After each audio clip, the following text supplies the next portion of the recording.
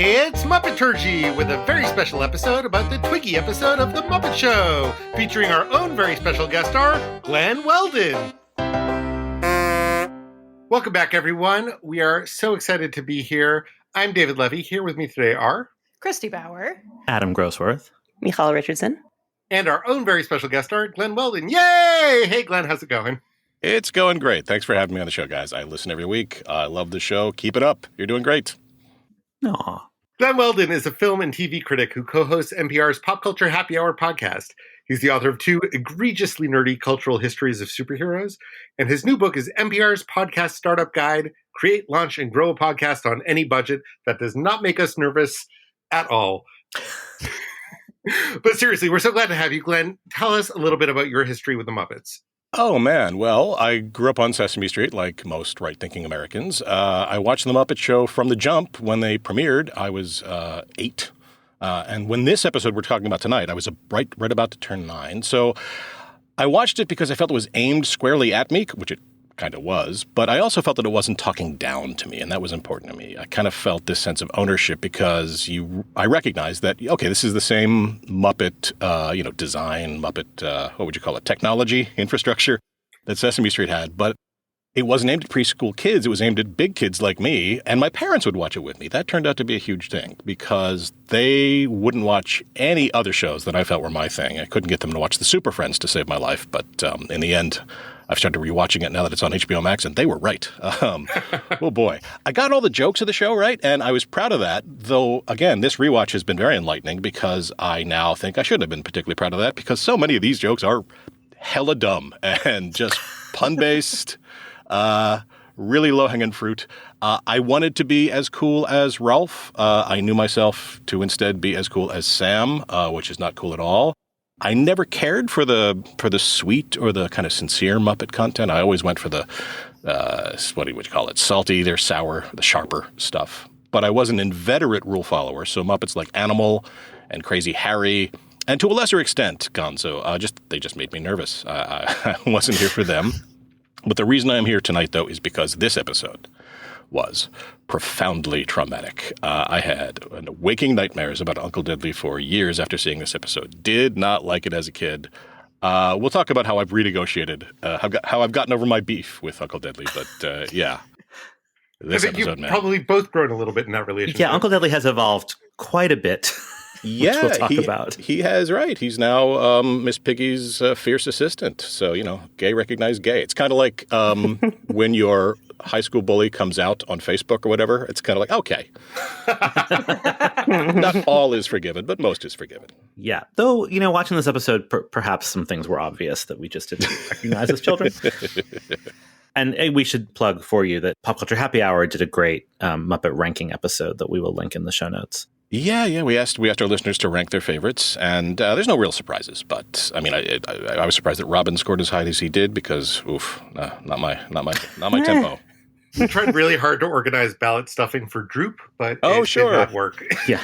You guys did a good job of keeping those Google Forms one entry only. So yeah, that's true. We tried our best though. I feel for you. Droop got a surprisingly number high of votes, but that's probably just they were all us. That's all 4. Adam, let's take us into this week. Where are we situated? This is season 1, episode 21. You guys, we're almost done with this season. It snuck up on me somehow, and I realized we're into the 20s. This was taped November 9th to 11th, 1976, and aired February 7th, 1977 in New York.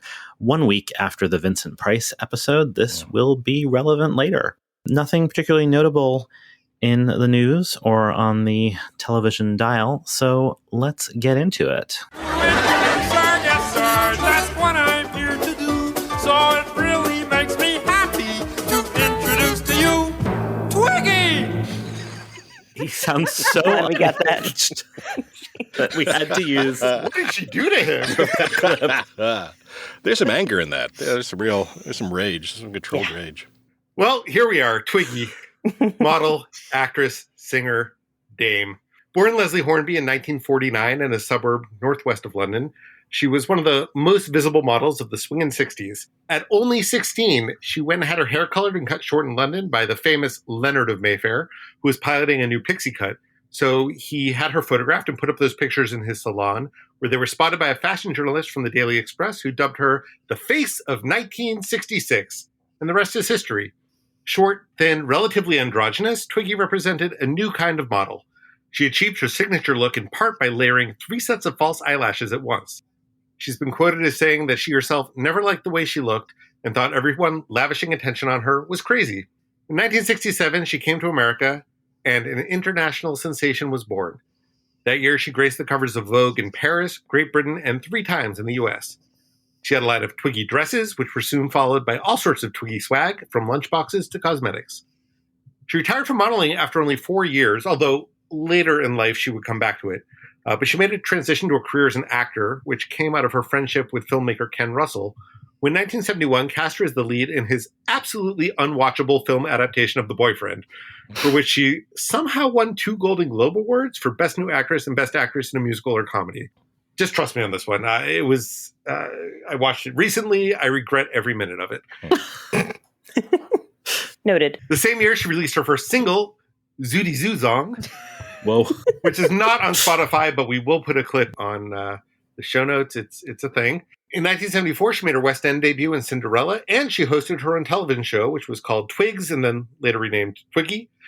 And in 1976, the same year that she filmed this episode of The Muppet Show, she signed with Mercury Records and released 2 albums with a mix of pop and country songs, which maybe answers a little bit about what the hell was going on in this episode of The Muppet Show. Her first album contains Twiggy's top 20 hit single, Here I Go Again, and the song Please Get My Name Right made it to number 35 in 1977, which was the year that she married actor Michael Whitney. They had 1 daughter together, Carly, and they remained together until Michael's death in 1983. In 1978, the British music television show Supersonic was repackaged for U.S. audiences as Twiggy's Jukebox, with Twiggy shooting new hosting segments that were packaged with the pre-existing musical segments from Supersonic. In the 80s, she made a splash on Broadway, reteaming with her boyfriend co-star, Tommy Tune, for the Gershwin Jukebox musical, My One and Only, for which she was nominated for a Tony, and in which she was eventually superseded by Muppet Show guest star Sandy Duncan. In 1984, she met actor Lee Lawson, whom she would marry in 1988, and they remain together to this day. And here is my favorite bit of Twiggy trivia, which comes from her Wikipedia page. In 1991, she co-starred in her first American network dramatic television series, the short-lived CBS sitcom Princesses. Of the 8 episodes completed, only 5 aired. However, on that show, she co-starred with Fran Drescher, and later, Fran spent some time with Twiggy and her family in England while she was developing The Nanny, and she modeled Maxwell Sheffield on Twiggy's husband, Lee Lawson. Twiggy and Lee would both appear as guest stars on the first season of The Nanny. Twiggy plays Maxwell's sister, and Lee plays her chauffeur that she has a secret love affair with. In the 90s, she recorded London Pride, an album of British show tunes produced by my former boss, Bruce Kimmel. She would eventually play Gertrude Lawrence on stage in a show that came to be known as Nolan Gertie, which was also recorded with Harry Grainer as her Noel Coward. In 2001, she co-hosted the British magazine show This Morning. In 2003, she released another album, Midnight Blue, which included a previously unreleased duet from the 80s with Muppet Show guest star Leo Sayer. In 2005, she joined the cast of the television show America's Next Top Model for cycles 5 to 9 as one of the judges. In 2009, she had a little bit of a scandal when she did a campaign for Olay, debuting its Definity Eye Cream, and people discovered that her ads were airbrushed, and it was a big deal in England until the ads were withdrawn. She was appointed as a Dame Commander of the Order of the British Empire in 2019 under her married name Leslie Lawson for services to fashion, to the arts, and to charity. She's still around, and, we have something in common with her. Just like us, Twiggy started a podcast during the pandemic. Tea with Twiggy is an intimate weekly chat with Twiggy and special guests, including Joanna Lumley, Elaine Page, Robert Lindsay, and more. That is Twiggy in a nutshell. Anyone want to share Twiggy thoughts? I'll just say, David, that was incredibly informational and thorough. But the line that stuck out to me was she reteamed with her boyfriend co-star Tommy Tune because I didn't parse it correctly, and all of a sudden everything I knew about the world was wrong. But I understand what you're saying. It's like from the show. What's the name of the show? boyfriend? The movie was The Boyfriend, and the show was My One and Only. Okay, yes, okay. So that I now understand. Yeah, I never thought of her as a singer. I always thought of her as just a model, not just a model, but simply a model, I suppose. And I was surprised. It's a thin voice, but it's serviceable. So yeah, I was surprised she could carry a tune. And I think her singing voice has gotten better since The Muppet Show. I mean, I think she's probably worked on it and studied with it, but she got to the point. I don't think she's no Ethel Merman, but she can belt out a tune, serviceably. Cool. Glenn, you've already gotten into this a little bit, but what did you think of this episode besides it giving you nightmares as a child? It's still terrifying, but in a way that has nothing to do with Uncle Deadly. We're about to talk about the most unsettling, disquieting thing of this episode, so I'll save it for that. But yeah, and for once, it's not the jug band. It's not the jug band. No, it's okay. Doesn't get sailed out of the park. It seems a very representational kind of first season episode to me. Michal, how about you? Yeah, this was fine. There are some episodes of The Muppet Show, including first season episodes, that make me want to stand up and cheer and share it with everybody I know. And this one, I kind of wish I hadn't watched it so many times in preparation for this episode, if that tells you anything. And it's not Twiggy's fault. She was doing her best, including in the musical numbers. But yeah, this was fine. David? The funny thing about this episode is the parts that I think I liked the least the first time might end up being my favorite parts. Yes, I'm talking about this scary feather duster mouth monster thing. Otherwise, it felt like it was assembled from parts that weren't necessarily meant to go together. And so it's hard to have an overall impression when the parts felt so disjointed. Christy? I think for the first time, I enjoyed this more than you guys did. I was pretty charmed by this episode. I mean, I felt like Twiggy really has a clown's spirit. I mean, and that she's like down to clown, not that she's like stolen the soul of Bozo or anything. But, she's not Pennywise. Thank you for the clarification. And there was a lightness and a fizziness to it, and for as bizarre as a lot of the choices are in the episode, the parts with Twiggy felt pretty effortless. The Uncle Deadly bits, not as much, but overall, I had a pretty good time. Yeah, I think I'm more with Christy, but I'm somewhere in the middle. I didn't hate it. It's hard because we just had two really great episodes in a row. So it's a little bit hard to go back to the sort of, it's not the season one rut, right? I was not bored. There's one sketch that's a little repetitive, but it's not the formula. And I do love this backstage plot, but I don't love some other stuff. So it's a little bit of that season one feeling that they're not quite sure what the show is yet. But the backstage plot, I think, is really close to what the show is going to become that we're going to really like. But then like the numbers are weird, and yeah, so it's in the middle. I enjoyed it, but I'm not like super woo about it, except for the Uncle Deadly of it all. Let's talk about a horrifying feather duster.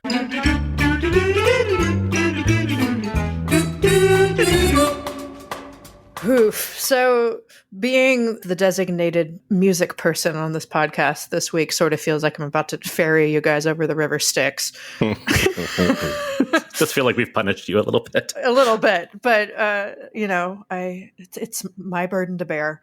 So our first number defies explanation. Just because I know we have some listeners who aren't watching along, they keep calling it a feather duster.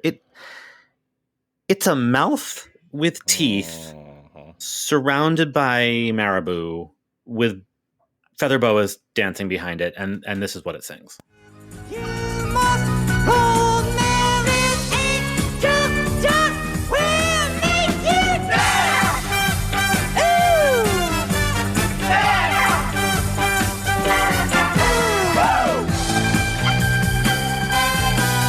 Woo.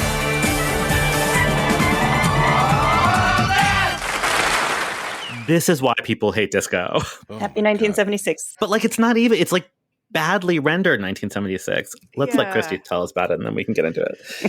Yeah. So this is a song aptly called Dance by Paul Jabara. It's a song from 1976 from a movie that I have no interest in ever seeing called Mother, Jugs, and Speed, starring Bill Cosby, Harvey Keitel, and Raquel Welch. Yep. Sure. Leave it in 1976, never to be spoken of again. But Paul Jabara is actually interesting. He was an actor, singer, and a songwriter. And he was a Broadway guy, but he was best known for various songwriting contributions to disco and to good disco songs. He wrote Last Dance and No More Tears, Enough Is Enough for Donna Summer and then Barbra Streisand. And he co-wrote It's Raining Men with Paul Schaefer. So we can't hold this against him. It's amazing how bad the song is given its provenance, given that guy's provenance, you know? Yeah. It's terrible. It's so terrible. So Glenn, did you listen to the original at all? No. Well, let's do that now. So I'm not going to claim this is a good song, but it's so much better and so much more interesting than what they've done to it on the Muppet Show. And it's also much longer. This is a small clip.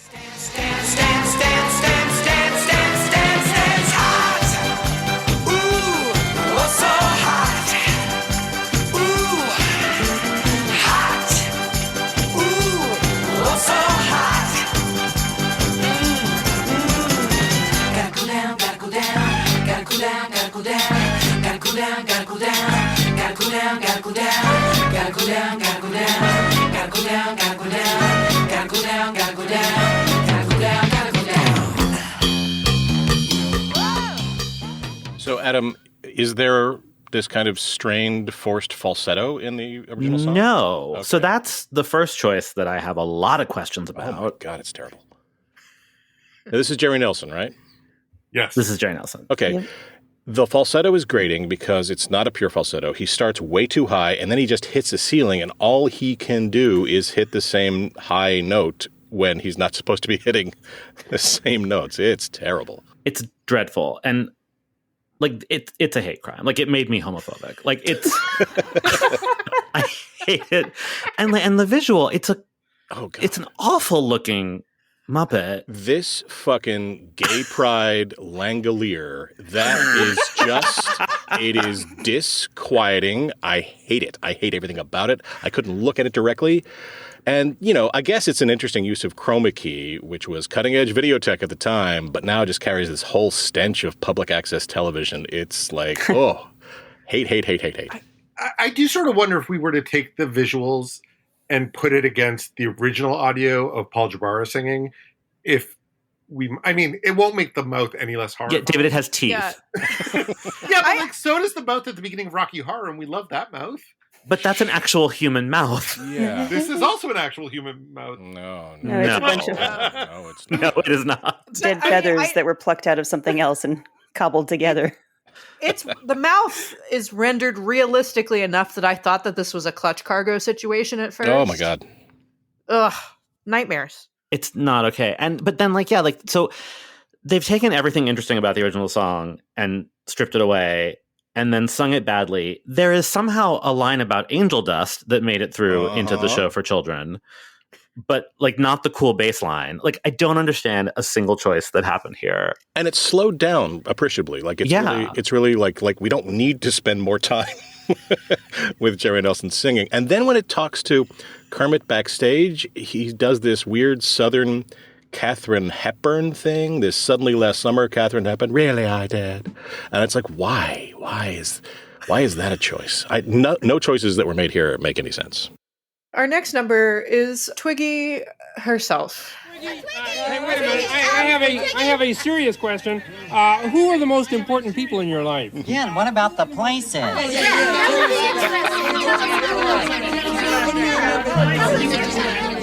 and what about that?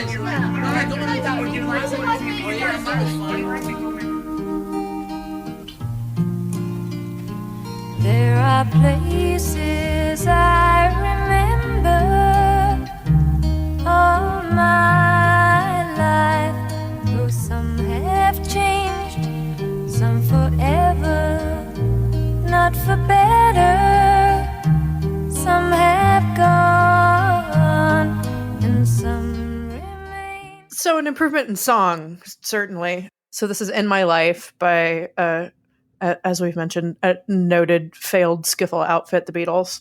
This time, it's an actual Lennon and McCartney collaboration instead of a Paul McCartney song masquerading as a Lennon McCartney song. Although there's some dispute over the authorship of the song. Apparently, up until right before he died, John Lennon claimed that he wrote more of the music than Paul McCartney says that he did. It's a whole thing. Apparently, in 2018, Harvard researchers created an algorithm to try to scientifically determine who wrote what. And according to an article in The Independent, the algorithm determined with 81.1% certainty that Lennon wrote the verse, but McCartney's influence in the song's bridge was given with 43.5% certainty. Sure. So this is also... It's the 0.5 that convinces me. Yeah. Yeah. That's where the science lives, is in the margins. Yeah, so this is both our second Beatles song and our second song from Rubber Soul. I'm Looking Through You, and the Vincent Price episode is also from that album. And this song is number 23 on Rolling Stone's 500 Greatest Songs of All Time list. And Mojo Magazine in the year 2000 called it the best song of all time, which, okay, slow your roll. It's not even the best song on side 2 of Rubber Soul. Okay, boomer. That's what I say to Mojo Magazine. Yeah. And apparently in Germany, the song was replaced by an entirely different number, which it was Lean on Me? Is that what they replaced it with? Yeah. So they had a German pop star, Mary Roos, come on to be the guest star for just one segment. And it's on YouTube, so we'll put it in the show notes. There's a whole sketch, which if you do not speak German will not mean anything to you, but she trades a bunch of jokes with Rolf, and then the Electric Mayhem show up. And it's really interesting because it combines both of their sets. So you have Rolf's piano in the foreground, and then the Electric Mayhem sort of tiered stage with Animal's drum set at the top and the back. And she does Lean on Me in German. But it's why? It's just, the Beatles were popular in Germany. It's weird. Well, but maybe Twiggy wasn't? Sure. But they kept the jug band number in. I'm saying it's weird. We should probably mention the weird visual setup of this. So yeah, sure should. So there's a weird press conference with the funniest lead-in line that I've come across. But what about the places? Well, they ask her about the people and the places, and then she proceeds to just look wistfully at a series of black and white photos of herself. So none of those are people or places who influenced her life. It's all her. Well, no, it's like her favorite people and places are herself. Here's me in a hat. It's so psychotic. But it was a little disconcerting because it felt like she was hosting an in memoriam segment for herself, which is strange to watch her watching. Yeah. And there are no Muppets. After she gets that lead-in line, the Muppets disappear. Even Florence Henderson got that chroma key butterfly. Can I ask you a question? We are only a handful of years away from the Beatles breakup, so getting Beatles rights must have still been pretty cheap. Is that what I'm gathering here? We have to assume so, because they will do more Beatles songs throughout the series. Okay, but what about now? For it to be released on streaming, when WKRP came out on DVD or whatever, they had to kind of go in and... because they couldn't get rights to any of the songs, so they had to kind of do all this replacement stuff. And Beatles rights right now are prohibitively expensive. Well, Disney does have a huge Beatles miniseries coming out, so there may have been some dealing there. Okay. On the DVDs that were released about 15 years ago, stuff is cut, but not this or I'm Looking Through You from last week. So far, at least in 2005, the Beatles stuff was available as well. But yeah, I don't know, in general. And I guess, and these have aired on TV, throughout the 90s, they were on Nickelodeon. So yeah, I think it depends on the use, right?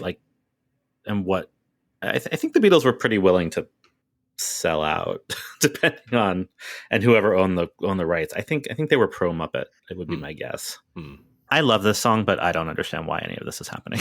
Also, it drives me crazy in that clip. You could hear it. She is just fully off rhythm on that first line for no good reason. Mm-hmm. And then she's fine for the rest of it. So I don't even think it's a choice. It just happened because then she doesn't do it again. It is fun to see Kermit back in his Muppet Newsflash trench coat. That's the only thing I took away from this. Yeah, reporter Kermit is always adorable. Mm-hmm. Yeah. And the first question she's asked is, "What? She's so beautiful, but why does she only have one nose? By a whatnot with two noses." It's a good bit. Yeah, body shaming. Great bit. Gonzo's introduction of her is also very funny. Now I'd like to introduce the lovely Leafy, Branchy. Twiggy. Do I get credit for being close? I'm going to get 3 dogs and name them Leafy, Barky, and Branchy. Was she called Twiggy just because she's thin? Is that the extent of Yep. it? Okay, Yep. good. All right. Cool. First thought, best thought. Is it just impossible for a Muppet to say the word Twiggy in a normal way? Because they often like, It's not the Twiggy! easiest word to say, to be fair. Especially if you have to say it over and over again. It starts to, Yeah, your tongue a little bit. it doesn't feel more like a name. TW is not a combination of consonants that I think English speakers were meant to use. Yeah, Leave it at but that. I mean, Kermit must have been used to it, right? Because it's only a couple letters off from Piggy, Twiggy. It's very, he's good. It's in his back pocket. And Piggy isn't in this episode at all. I guess she's not in a lot of season 1 episodes, but maybe they just couldn't share the stage. Piggy. We've had a few episodes with no Piggy lately, including this one, which is a little unnerving. You can't have 2 divas on share the stage. I guess there wasn't room for Piggy and Twiggy. So Wayne and Wanda get seasonal this week.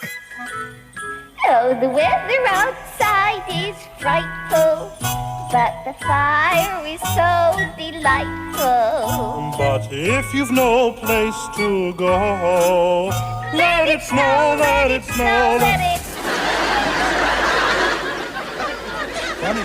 Funny?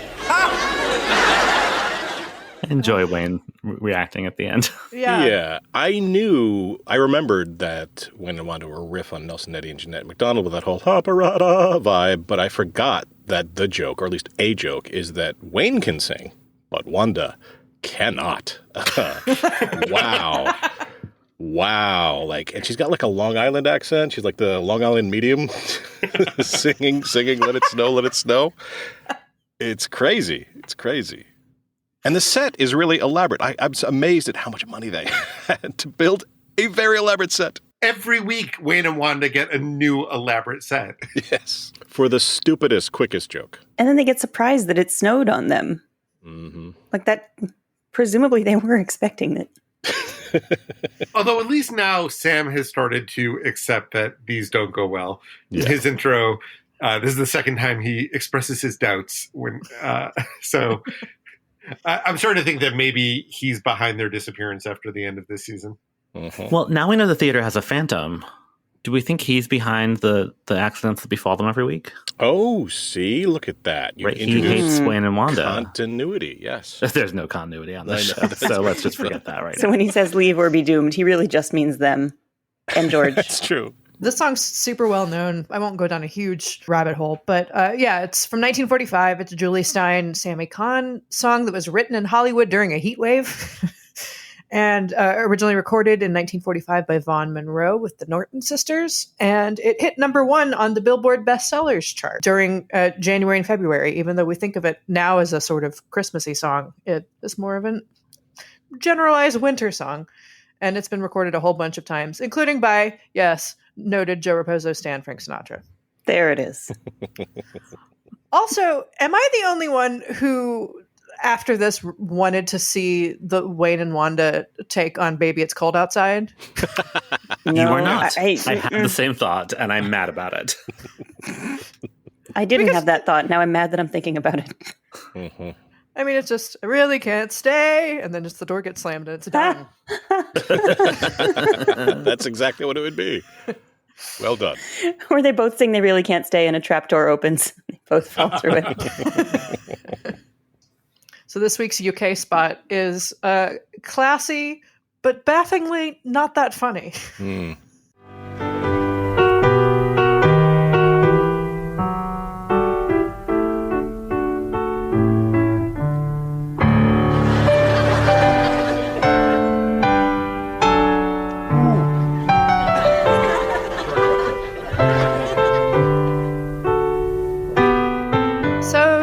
this is another Beethoven solo performance by Ralph in the UK spot. It's Minuet in G. It was originally part of a suite of orchestral pieces, but only the piano score survives.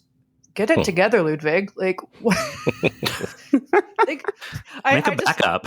Yeah, exactly. Yeah, I just think of my mom anytime that I go to throw out, like, old scores from shows or whatever. She's always like, think of the Smithsonian. And I realize that's maybe not the best attitude, but think of the Smithsonian. You really should have put it in the cloud. And yeah, there's not much of a joke here. No. He just plays it and, fucks it up sometimes. But this is the joke of Ralph, which is, the dude playing the piano is actually playing the piano. And I guess it's Henson as Ralph's head reacting when he screws up. And he reacts in a very funny way when he screws up because he can't wipe his brow or do anything like that. It's all motion in how he's apologetic about when he screws up. I mean, it means there's a good communication between the puppeteers. I like that. But yeah, it's not funny.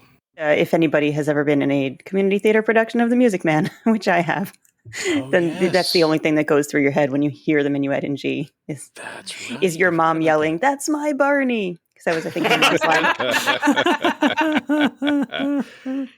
Well, and they did this bit already with Fur-Elise. It's the same bit, only that was funnier, and even if it hadn't been it's only really funny once. Yeah, it's everything I had to play in piano recitals when I was 10. Yeah, besides the Music Man thing, the only other even vaguely interesting pop culture tidbit that I came across was that it reminded me that it was the inspiration for the Fawlty Towers opening theme.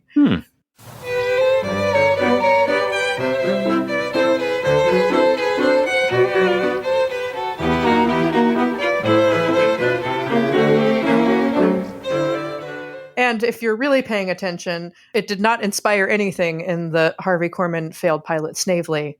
It doesn't have an opening theme, just the dull pounding of your pulse as you question your life choices. And in case you thought that we were going to escape the clutches of the Gogla La Jubilee Jug Band, you were mistaken. Our guest star tonight was born in London, but all you folks in Enid, Oklahoma better stand by to hear a soul sister. Ladies and gentlemen, the down-home sound of the incomparable Twiggy.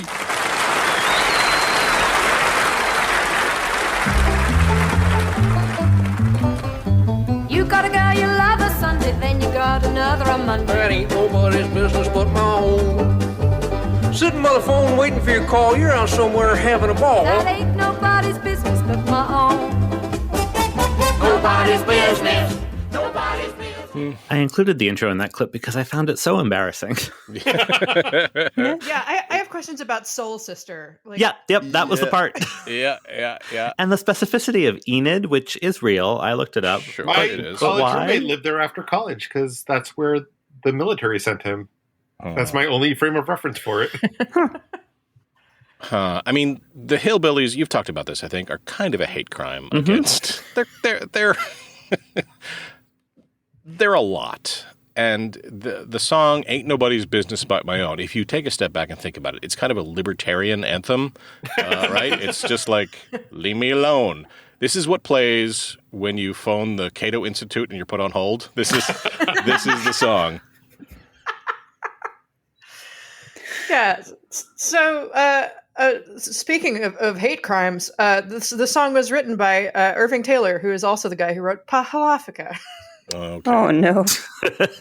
Speaking of hate crimes. It's from 1950. And I owe him a slight apology because when we'd covered that episode, I'd said the only thing that I'd come across of note in his repertoire that he had done was co-writing Everybody's Waiting for the Man with the Bag. But apparently he also co-wrote Dean Martin's Everybody Loves Somebody. Oh, sure. Yeah. I mean, he died in 1983. He doesn't care, but credit where credit's due. Right. Begrudgingly so. Yeah. And the original recording of this, it is a duet, and it was done by K-Star and Tennessee Ernie Ford, who were big stars of the Western swing genre. Mm-hmm. And K-Star, of course, also the original artist of Everybody's Waiting for the Man with the Bag. And it's one of several songs in the Nobody's Business genre, including Nobody's Business, Ain't Nobody's Business, and Ain't Nobody's Business If I Do, which are all totally different songs. And it's part of the Ain't Nobody melodic universe, which includes Ain't Nobody and Ain't Nobody Here But Us Chickens, which will also appear later.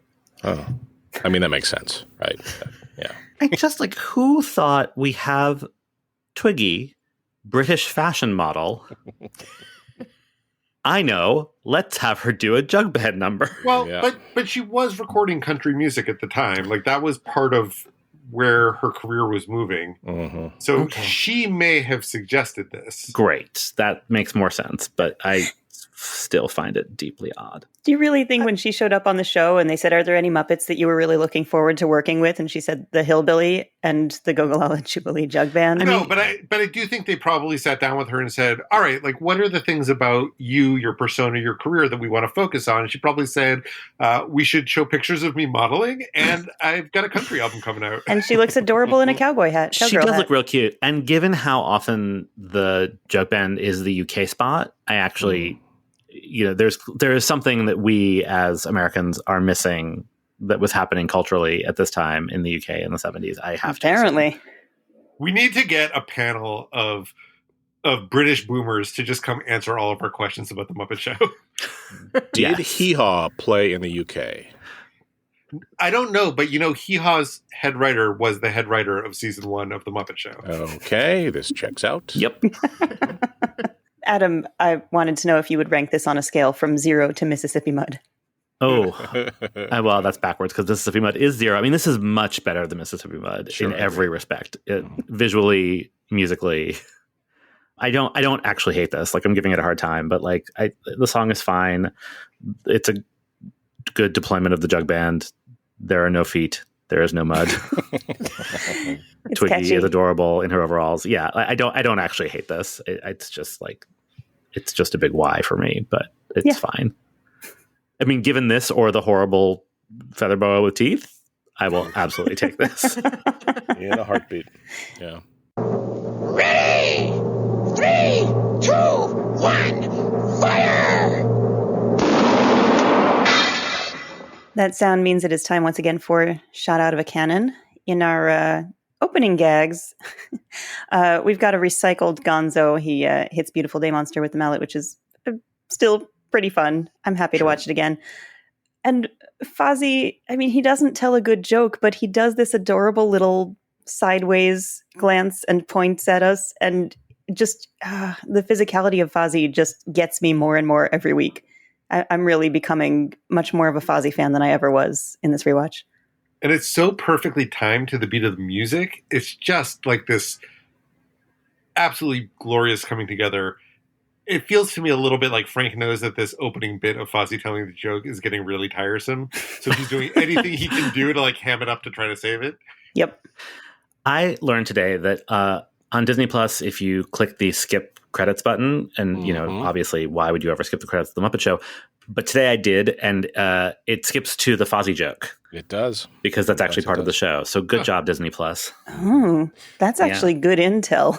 Right? For our purposes. Helpful if you're making a podcast and watching things 3 times. Yeah. In fact, at the very end of the joke, he cringes. He has a full body cringe. He has a kind of a self-lacerating thing where he just kind of puts his hand over his eyes as if he hates himself. I felt that. And there's like a running theme with Frank Oz in this episode because he also later gets to deliver the line, well, I didn't write it. Yeah. Yeah. Good job, Frank. So something I noticed when I watched this episode, which I had not previously noticed in any episodes, is that although we don't get the full-on, full-screen content warning, when the theme song starts playing in the top left-hand corner where it says rated G, there was a content notice saying that this episode contains tobacco depictions. I don't actually remember there being tobacco depictions in this episode, which makes it all the more curious. Did the I wonder if it's in The jug band? Did somebody have a pipe in there? It might be in the Twiggy memorial montage. Oh, maybe. Or the reference to angel dust. Maybe that's some equivalent. And this is just the flag they had. There were definitely depictions of what happens when you take lots of drugs. That's certainly true. Yeah. And the king in the King's Breakfast sketch, like when he was depicted elsewhere, he often was depicted with a cigar, but he wasn't here. But maybe historically, just every time that king shows up, some alarm rings and Disney has to give this content warning. I don't know. I bet she's smoking in some of those photos and we just didn't notice because why would we? Okay, let's talk about the backstage plot. Something spooky is afoot at the Muppet Theater.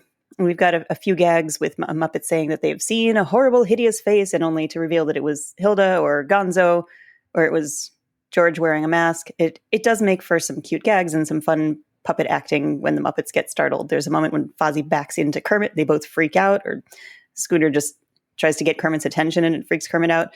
And all the while, Kermit is trying to insist that there are no such things as ghosts or goblins or phantoms, although admittedly, we run into those things in the Muppet Theater all the time. So Kermit trying to insist that his own monsters. In the Vincent Price episode, they were all just nothing but ghosts. All ghosts. It's an all ghost, all monster.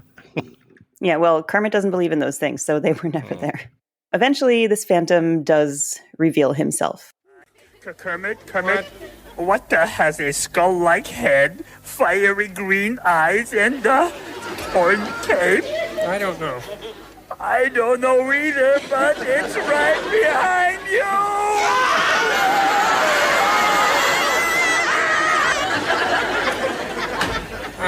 You will notice that I didn't fall for their joke. And if it isn't a joke, I mean, if there is someone or something behind me, there is no doubt a logical explanation for it. So I shall now just turn slowly around and see what is going on here. Pardon me, sir, but is there a logical explanation for your presence here?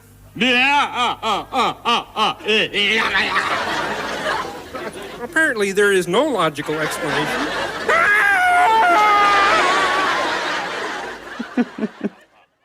Yeah, Muppets freaking out continues to be adorable in the crowd scene when they're all running out of the frame. Fozzie just throws his hat behind him as he runs away. It's just so cute.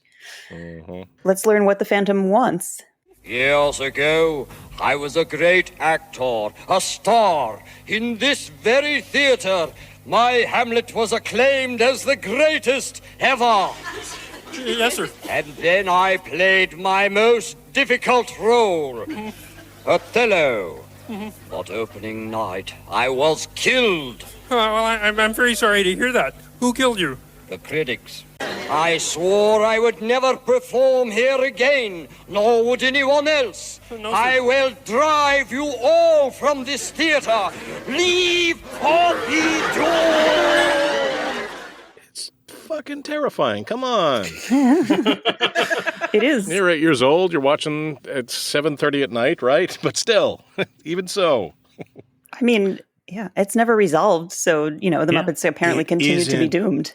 This is probably why it stayed with me. This is very. This aired in February, so it was dark at 7:30. It was very dark at 7:30, and oh my god, it's just like the thing about him is it's not the horns, it's not the eyes, it's the fact that he's got these little feather duster hair that, or it's ostrich feather, right? I guess that it moves independent of him, like it's got a mind of its own, like it's a tentacle or something. It's just freakish. So I realize the continuity is meaningless. No, but go on. And this way lies madness. But in both the production order and the airing order, Uncle Deadly performed at this theater last week. Or the week before. Yep. Like literally performed in a sketch and in a song with Vincent Price. This makes me insane. and sang terribly. Yes. It was certainly not the best Hamlet ever. It's more an Othello version of his I don't understand why they didn't just do the Vincent Price episode after this episode. Because then he's joined the family and he's now part of the gang. That would make total sense to me. I don't need an explanation. I just need them to air in the right order. I didn't check the UK order. Maybe they aired in the right order in the UK. I'm going to look that up now while someone else talks. Also, there was something about the timbre of the speech that reminded me of Gus the theater cat. Oh, sure. So, yes. I just kept waiting for him to say, "Fire for fiddle, the fiend of the fall." Someday we've got to cast. We've got to do Muppet Cat someday. Oh my god, yes. No. Oh, this is the worst and the best. Oh no, because now you're casting it in your head? Yes. I'm sorry. I'm going to be patient and wait. That's okay. I do have something worse than Muppet Cats, which is the inevitable discussion. Did he perform Othello in blackface? See, thank you, David. This is exactly what I was thinking. That's probably why he got killed, because he's what, purple? I'm colorblind. What color is he? Yeah, well, purple. In death, Blue-ish. though, he's this periwinkle color as a ghost. Okay. Right. He's presumably, right, if he actually died, then, right, he's some sort of ghoul. Well, though, did he literally die if the critics No, he killed didn't, him? because he was killed by the critics, right? So he's hanging around the theater. Right. and- I am choosing to believe that it was a non-traditional production in which he was the only Muppet. And that's what made Othello different from the rest. That is really... Because otherwise, I'm very, very upset. Yeah, it's really... I want to live in your world, Adam. Thank you. I'm really good at justifying... on the phone. Really good at Let's do this justifying next things. summer in the park. No. In the UK, this did air before Vincent Price, so this only made sense in the UK. All right. Well, they were living in the UK at the time, so that's probably all they cared about. That's true. Yeah. Muppets have evolved over the years through the original performers and then without them, and for better or for worse. I think Uncle Deadly's evolution is absolutely for better. Yes. He on the Muppets, the 2015 series, he was sort of Miss Piggy's like personal assistant, sort of her personal gay. I mean, he is very, I guess not explicitly, but very much gay coded in the present. He sort of was in the 70s too, but like now it's really, really clear. On that series, he goes home and makes himself a martini after dealing with Piggy all day. And on Muppets Now, the new series, which I don't really love, he's really like her fashion guy. Yep. Like he's her Tim Gunn. It's been really fun to watch him turn into a very different character, but you can see where it comes from. There is a provenance. There is definitely an arc. He's got an arc. And at the end of the Muppets, he comes out and he says, "A finale, how charming." And you're like, okay. Yeah. Like we know this guy. Like. We know this guy. It's also interesting that his current performer is Matt Vogel, who is also the performer who now does Kermit and Big Bird. So he's sort of moving up in the world just in terms of his Muppet hierarchy. Mm-hmm. But that also means that it's easy to pair him with Piggy, but hard to pair him with Kermit. All right. But it also gives them... I think, in general, the Muppets have sort of played out the Piggy-Kermit dynamic as much as they can. Mm-hmm. And they haven't sort of figured out what a third act looks like for that relationship. So this is a nice way to give Piggy a different foil. And I just like that he was such a small character back in the day, and I think it's kind of unusual for those characters to come forward in this way. Like new characters have been introduced who have become prominent, but I like the rise of Uncle Deadly. Yeah. It pleases me. Yeah. Oh yeah, and it's I think it's the performance. I think it's the affect. It's a lot is the design. Like he's a dragon, right? Like this is what he is, and he is just so memorable. If you're an 8-year-old boy and see him every time you close your eyes. Hypothetically. We should probably credit that design to Michael Frith, who joined the Muppets around the time of the Muppet Show and was eventually became their art director and is responsible for a lot of the sort of second generation classic Muppets, including the design of all of the Muppet Babies. Right. Because there's a simplicity to the design of the like first generation Muppets, and Deadly is complicated. Like he's not. You can't just look at him. The eye. If I were Tim Gunn, the eye doesn't know where to settle because there's a lot. There's a lot going on, but it all coheres. It all works to terrify innocent children. Yeah, there's a lot to take in and think about for 40 years. All right, I guess we have to talk about the King's Breakfast. Gonzo is hoping for a bedtime story, and he asks Twiggy if she knows any A.A. Milne poems. Well, Muppy here really likes the poems of A.A. Milne. You wouldn't know one, would you? No one. I've rehearsed one. It's called The King's Breakfast.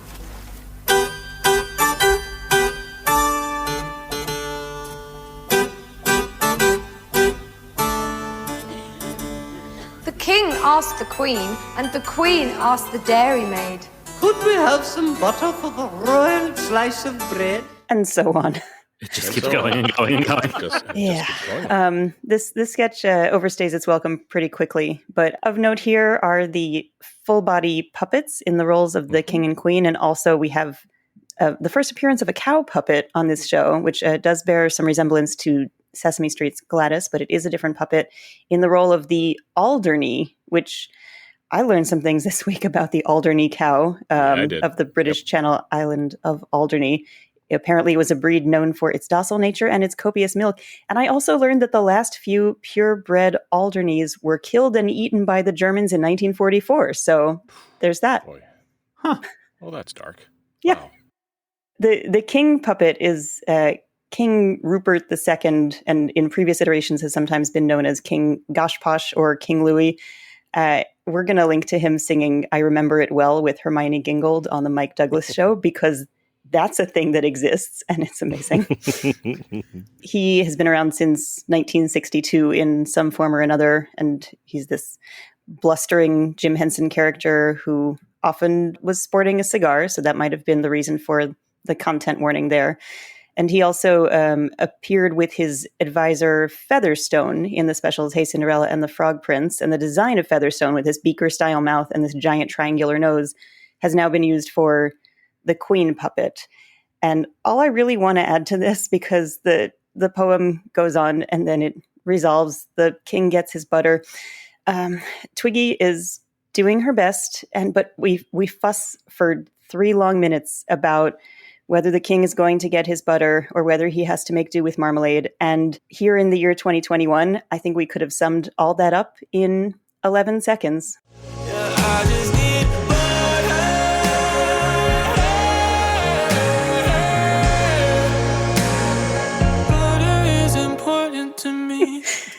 What the fuck is that?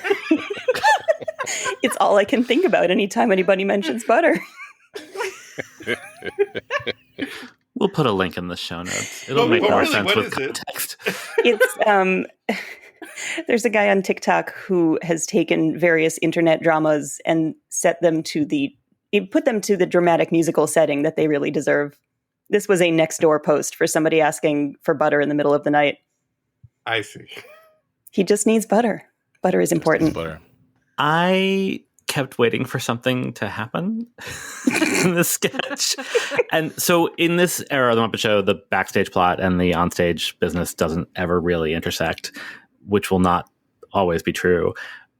But because this is a Phantom of the Muppet Show, and because this is underscored by harpsichord music, which is not super different from the Il Muto Ballet in Andrew Lloyd Webber's Phantom of the Opera, which does not exist yet at this moment in time, I kept waiting for something to fall, for George to be found hanging from the fly. Jesus.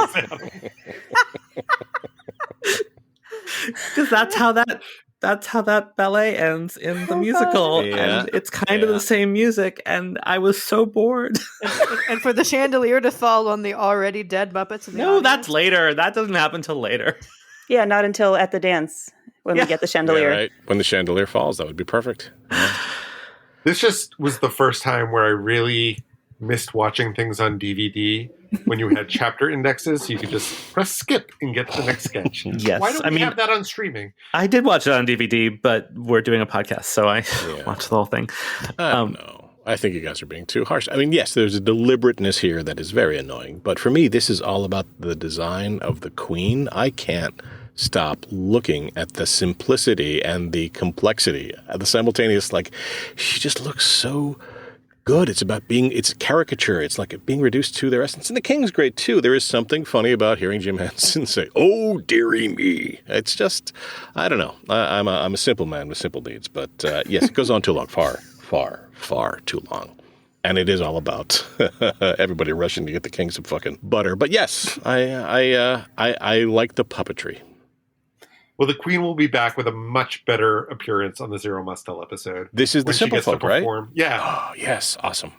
I love her. I mean, the puppets are fun to watch, and it's fun to try to figure out what's going on in there, because when the Queen stands next to Twiggy, you see that they're the same height, and you see that the Jim Henson King is standing around with this barrel chest, and there's some full body magic going on there. It is cool and interesting. And the second of like 6 times that Twiggy comes back to the Queen is just picking at a piece of fluff on her corset or whatever. And like, that's because if she's so bored, of course, that's what she would be doing. It's a nice piece of business. Yeah. There's a cute bit in the opening too where Gonzo burns his nose on the candle. Though not really, because I'm now very aware of when there's candles on the show.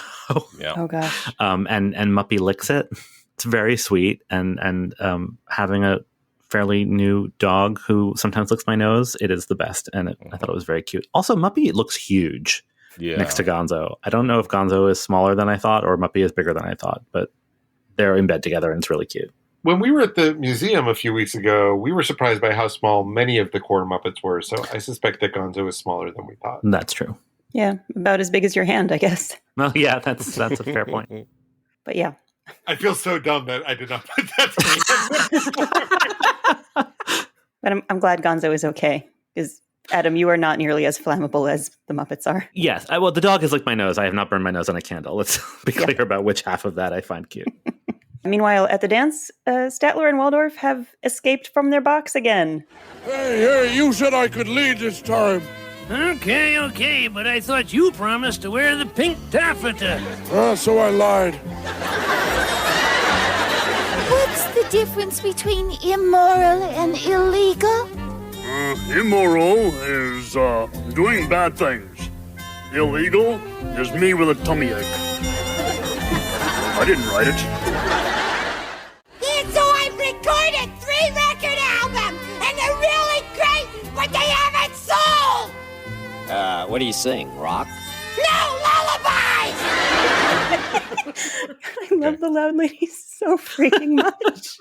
In case anybody was wondering, Statler is leading here, in spite of everybody's protestations. Also, I can't, as much as I love seeing Statler and Waldorf being gay, I can't handle that off voice. Yeah. Waldorf. What was going on there? I wondered whether, because Jim is busy performing Kermit, and this week Kermit is at the dance and he's dancing with a character named Mary Louise, the old Mary Louise. There is a little girl named Mary Louise. This is a different Mary Louise. Jim Henson is performing both of them, so maybe he had to record Waldorf ahead of time, and maybe because he wasn't with the puppet, he didn't get the voice right. Yeah, and because at the dance is usually the same puppeteer doing both dancers, right? Yeah. So I think that's probably why, but it's very strange in this case. Yeah, it doesn't feel right. And on top of that, you said you'd wear the taffeta. Feels a little funky. Yeah. I like it. This isn't the first time they've danced together, of course. I like seeing it, of course. I like also that Sam is there. You'd think he'd have something to say about Statler and Waldorf dancing together, but no. Maybe he's an ally underneath it all. That's a nice thought. He's also busy being super awkward around the gal that he's dancing with. Yep. He has a very bad joke to deliver. He's busy. And it's a joke that involves mansplaining. Yes, she asks a question, but still, he's just telling her what words mean. Immoral is me with a tummy ache. Does that mean anything? Illegal. Oh. Good Lord. Oh. Jeez. I just thought it was so mean of whoever was running the laugh track machine to not give him laughter after that. Yep. Oh, man. Yeah, he really went out of his way to deliver a joke that was beneath his dignity. Mm-hmm. Oh, boy. So we have a sketch called Vendaface, which is a machine that's also a puppet that in this sketch is also a, quote, psychiatric machine that will tell you what your problem is. And in Fozzie's case, the machine tells him, after asking him for multiple additional coins, that his problem is that he's too generous. And then when he gets mad, he's told that he has a rotten temper. Although I would argue that the machine asking him for multiple coins and then strangling him is the one with the problem. Mm-hmm. But who am I to tell Vendaface what to do? This is a takeoff on the Burns and Schreiber Vend a Buddy sketch, which is funny and worth watching, and I would argue more satisfying than this. Yeah, this was clearly a reused Muppet, right? Because obviously this Muppet exists to rearrange facial features. It's got arms, everything flashes on it. There's a nose and an eye and a lips, and it's called Vendaface. So the fact, when I saw it, I thought, oh, I know it's coming. Oh, this is going to be fun. And then it's a psychiatric. No, this is clearly something they're reusing. And yet this is the first time we see it. So it does actually do the Vendaface thing, but I don't know why they decided to do this version of it first. And maybe they didn't in air order. I didn't check that, but it's weird. Yeah, it is a little confusing. It would really only make sense if they had built this for the purpose of rearranging Muppet faces, and then they just had it on hand and decided to do this. We have watched every episode that aired before this episode. So the other ones are yet to come in both 1977 time and our time. What we learned from the Muppet Morsels on the Mum and Chance episode, and I get this via Muppet Wiki, is that they originally were only going to use this once, and presumably not for this sketch, but for the one where he actually arranges faces. But David Laser, who is the Muppet business manager, said that they shouldn't build such an expensive puppet to only use him once. So he basically forced them to write other sketches that they could use this puppet for, which is probably why this is not the most inspired sketch. Makes sense. But it's still weird that then they made this episode. Who knows the order that they wrote things in and built things in and shot things in. But I know there must be, but I love the notion of a Muppet business manager. I also love a Muppet business manager named Mr. Laser. I love everything about that. There is something very Mum and Chancy about the Vendaface concept when it is actually vending faces. The machine puppet itself is terrifying. Yep. Like, to me, that's the scariest thing in this episode. Especially coming so soon on the heels of the Muppet Newsflash from the Vincent Price episode where inanimate objects come alive and attack their people. They really were on a hot streak with freaking people out after the Vincent Price episode, I guess. Speaking of the Muppet Newsflash, here the Muppet Newsman speaks to a Londoner played by Twiggy who has just eaten an entire diesel tractor. What an extraordinary feat. I mean, how was it done? Oh, a medium rare or thereabouts.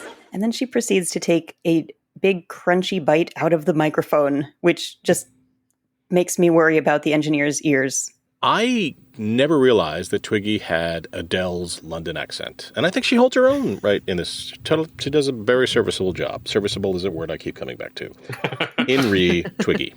I wondered if there was some kind of a hidden message here that Twiggy, who is famous for popularizing an extremely thin waif look, has to do this sketch all about eating. Mm-hmm. What do you think that message would have been in that year?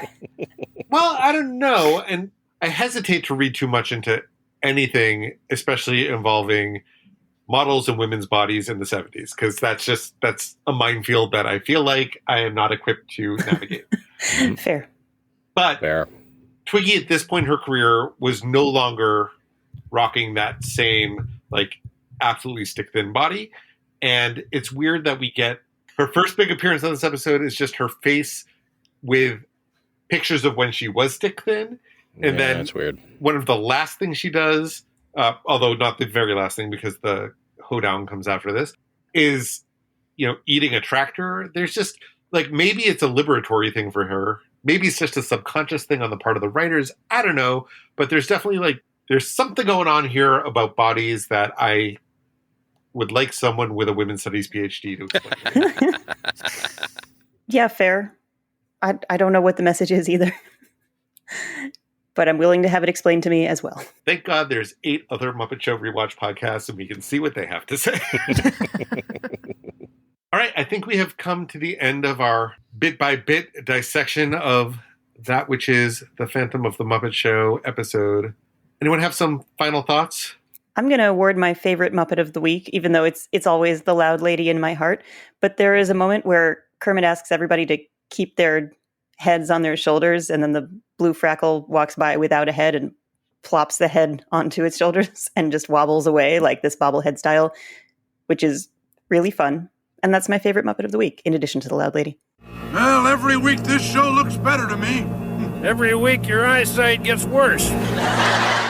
Before we let you go, Glenn, we want to hear a little bit more about your new book. What can you tell us? Oh, sure. The NPR Podcast Startup Guide. It's basically me interviewing a lot of NPR podcasters, and not just hosts.